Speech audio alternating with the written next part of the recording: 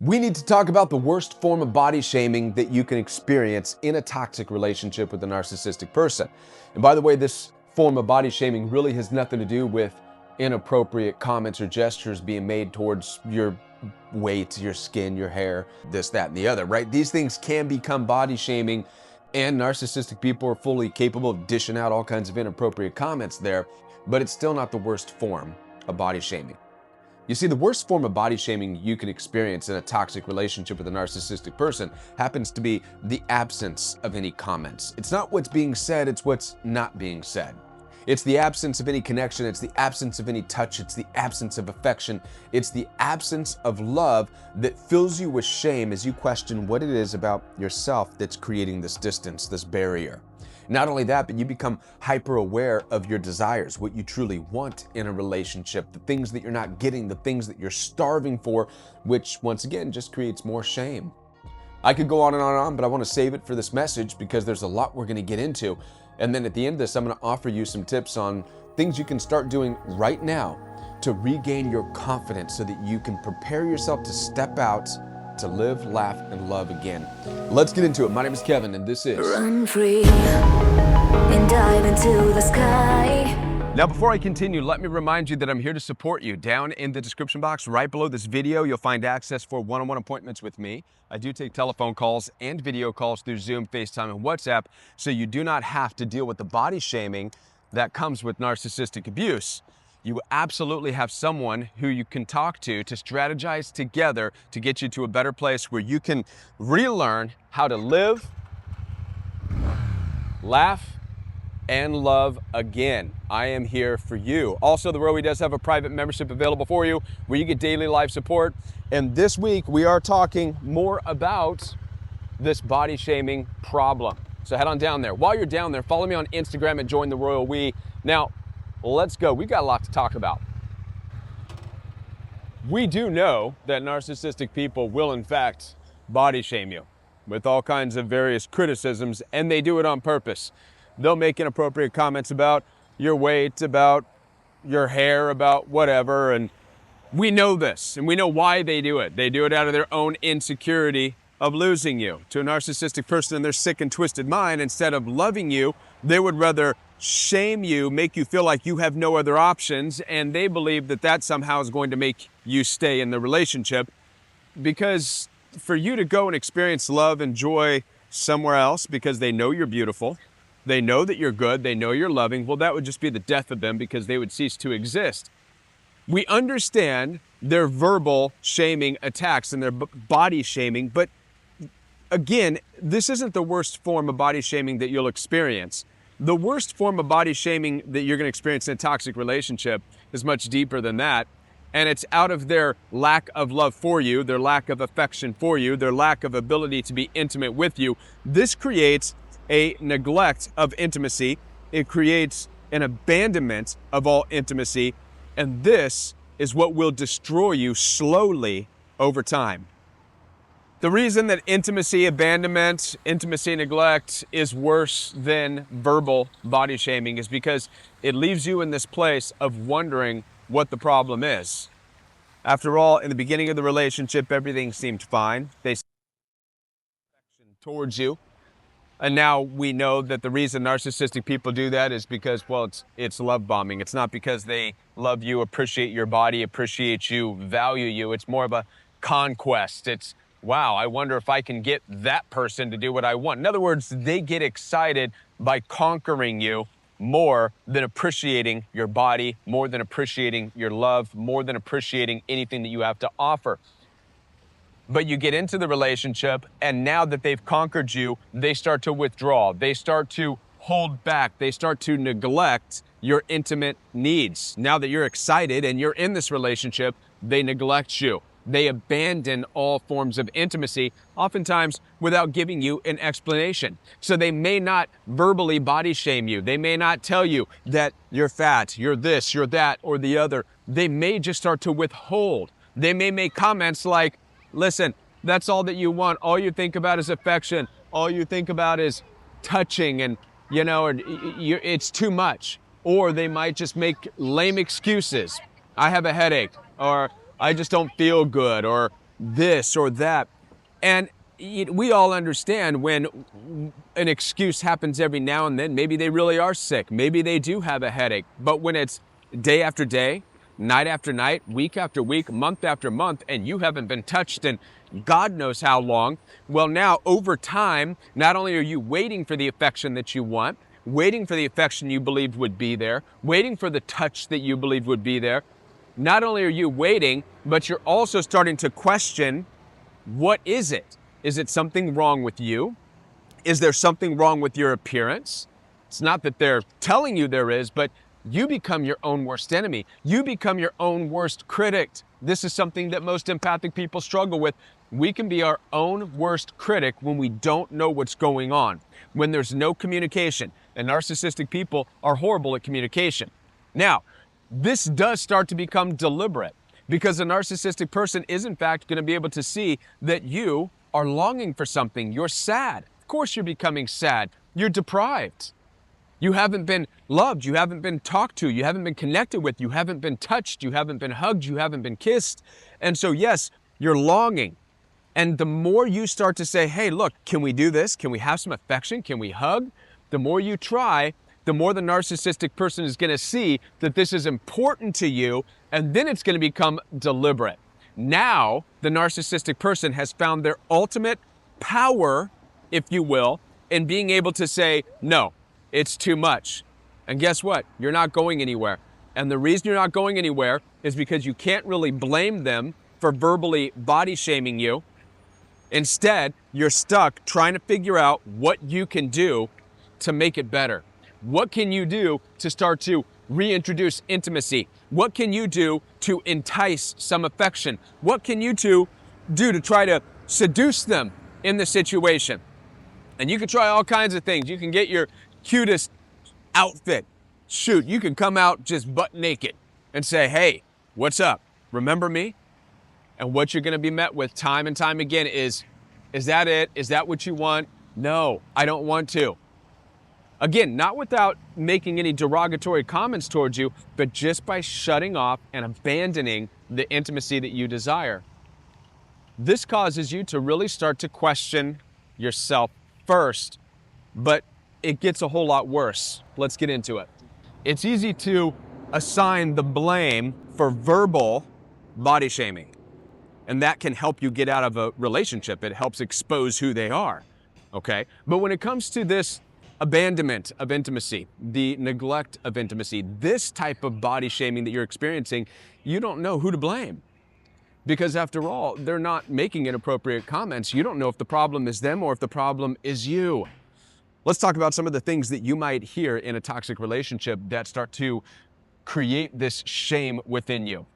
I'm going to give you some examples from my own life. As a matter of fact, when I first got married, my first marriage, one of the very first things I heard, as a matter of fact, it was on our wedding night, was, Kevin, don't tell me that that's the only reason you wanted to get married. I mean, obviously I was excited.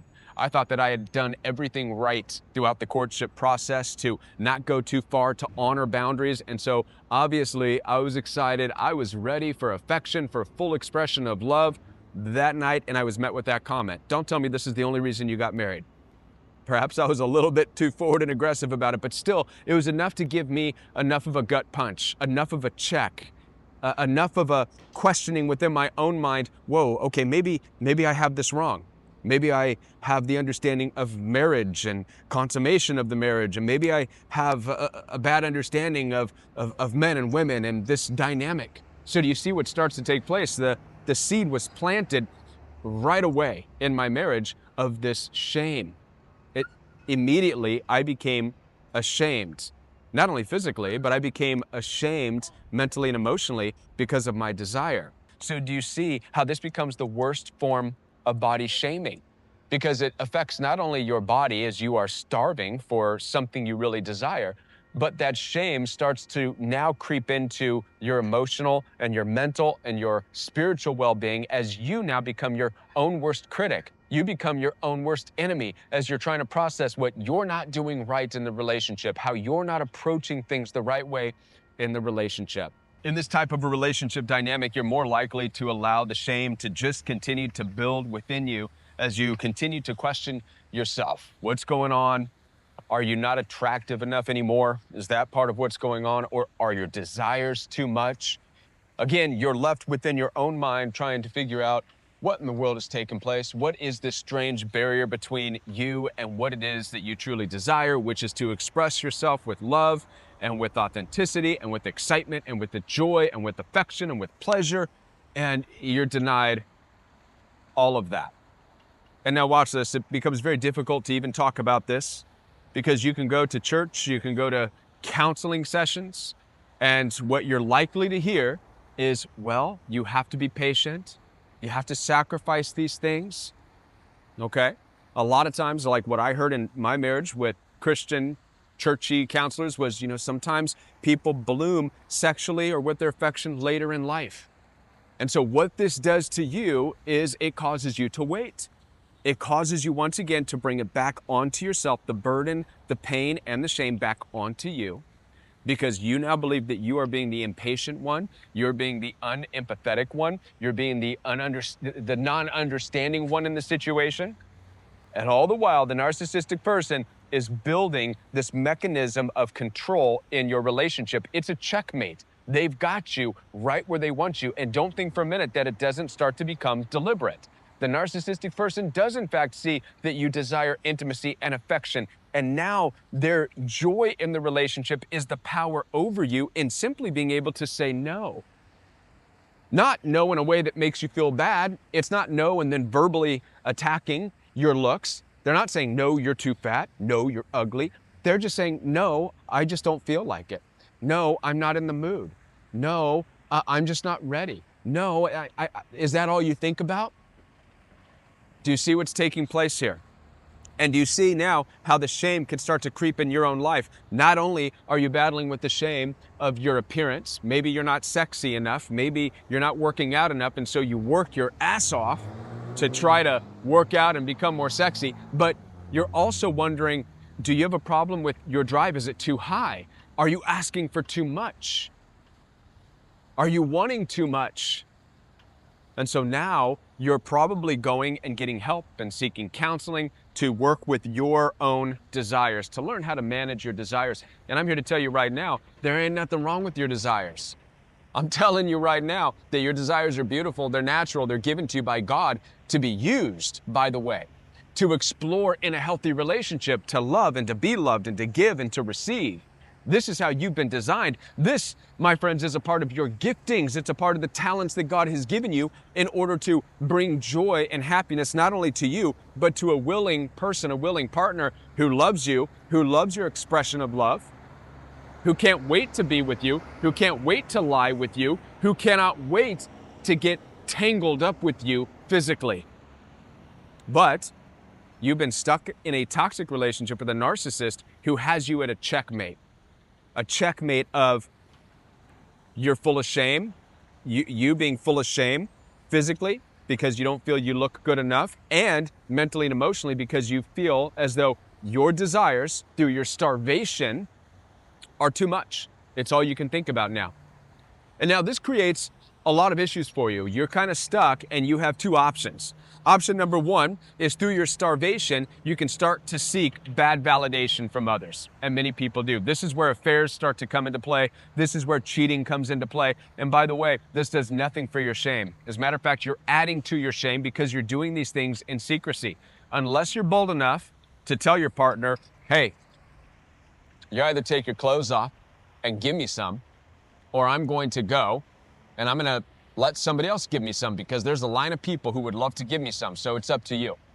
And you can put that out there on the table and see what their response is, but most narcissistic people I know are going to tell you that you have a problem. It's all you think about. You're crazy. You're this, you're that. Again, they're going to attack your natural desire. They're going to attack in a way that's going to make you feel ashamed of yourself. So it's going to be up to you to start to lay some rules here and say, listen, I'm tired of the excuses. I'm tired of you not wanting it. I'm tired of this. It's starting to become shaming. This is not how life is supposed to be lived. So you're either going to put out, you're either going to be affectionate, or we're ending this. Okay? Now, many of you probably have not heard this. You won't hear this in church. There's no way you'll go to a church counselor who's going to sit there and tell you, hey, if they're not putting out, they're not giving you affection, if they're coming up with excuses all the time, leave them. A lot of churchianity, all they're going to say is, well, you can only leave when there's an affair. You can only leave when there's cheating, which, by the way, narcissistic people will, in fact, use this, okay? So if you do go out and flirt, if you do go out, have an affair, then expect a narcissistic person to really tell you how evil you are and how unchristian you are, even go and tell the church. This is what they're doing. Of course, they're not going to tell the church that they're starving you out of affection and intimacy.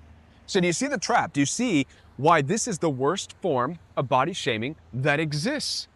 And so I don't want to leave you without some tips, some helpful tips, things that you can start doing right now, things that I started doing. And it's super important to be able to do these things, all right?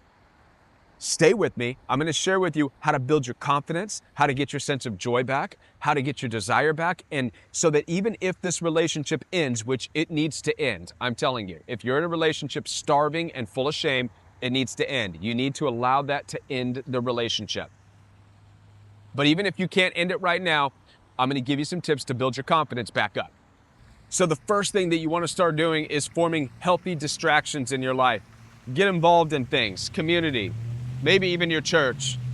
Give, go out, have fun, get a motorcycle, right? Do fun things, form connections with friends and go out with them. This is the first thing you want to do. Chances are you're already doing this. It's already very common when you are in a relationship where there's no intimacy. It's very common that you start to go out. You stop wanting to even be around your intimate partner, your husband, your wife. You want to be away from the home because there's nothing to come home to. The last thing you want to do after working your ass off all day is come home to a dead bedroom. Come home to somebody who doesn't want you to touch them or doesn't want to touch you, right? So it's no fun to go home. There's no reward in it. So chances are you're already forming things to occupy your mind. That's a good thing, okay? So keep that up. Keep those distractions going, but it's not going to solve the problem. No matter how many distractions you create in your life, you might even convince yourself that, oh, this is who you are. You're a person who now just goes out and does gardening. You go out and play golf. You go out, listen, you're still that sexual person. You're still a person who desires affection, even if you've convinced yourself that you're not, because you have been denied for so long. All right, it's like a light switch and it's just been turned off for a long time. It needs to be turned back on, and it can be turned back on. But I'm going to challenge you to do one other thing. Besides distracting yourself, which is a good thing, I want to challenge you to start to step out confidently in your sensuality. This is going to be super important for you, all right, to break the body shaming, to help you to understand that you're not the problem. You are attractive. You are desirable. They're the problem. So how do you do this? How do you step out in this type of confidence? Well, I'm kind of doing it right now, right? A lot of times people ask me, Kevin, what's with your shirts unbuttoned, this, that, and the other? Well, listen, I'm stepping out of my confidence. Having been in a marriage where I was denied affection and dealing with the shame of, is the problem me, right? I said, no. Look, I want to put out there that I am a sensual person, I am an affectionate person, and I'm going to dress in a way that's going to allow me to feel confident when I'm out. It's going to help me to express my affection level, my confidence in myself. Even if I'm not receiving the affection that I want, I can still carry myself in the confidence of that. A lot of people have a problem with this. They're going to say, Kevin, well, where's God in that? That's not very Christian to walk outside with your shirt unbuttoned. Well, that's kind of lame, and I'm not telling anybody to go out, go to church with your boobs out. That's not what I'm talking about, all right? It's a massive war helicopter that just flew by. That's not what we're talking about. We're not talking about being so inappropriate that it's ridiculous. Just talking about you stepping into your confidence through the way in which you dress in a way that is sensual yet within your own boundaries. Begin to carry yourself with the confidence and be okay with accepting compliments from people. Take it all with a grain of salt, but when you receive a smile, when you receive some guy or some woman looking at you saying, damn, be okay with that. Take it in. Be able to say thank you and know that that's a connection. That's a type of person who values and understands and appreciates you and finds you attractive. And by the way, 99% of attractiveness is confidence. Yes, some people are going to stare at your body and your shape, right? Of course, because you are physically attractive. But the most attractive thing about you is your confidence, your ability to walk out, dress the way that you want to dress. This is going to help you to regain your confidence. You also might get bad comments. You might get people saying, "Why is your button undone? Why this?" I deal with that too. Listen, with that type of stuff, all you have to say is thank you for showing me the type of person you are. You're a critical spirit. You're somebody who doesn't like it when somebody else is dressed confidently. That's your narcissistic person, and you need to be able to say thank you for exposing yourself, right? The important thing about this is the reason for this exercise, for you dressing confidently, sensually, the way that you want to dress, the way that you want to carry yourself, because you need to start to feel good on your own. You need to develop the confidence on your own, your sexual confidence, your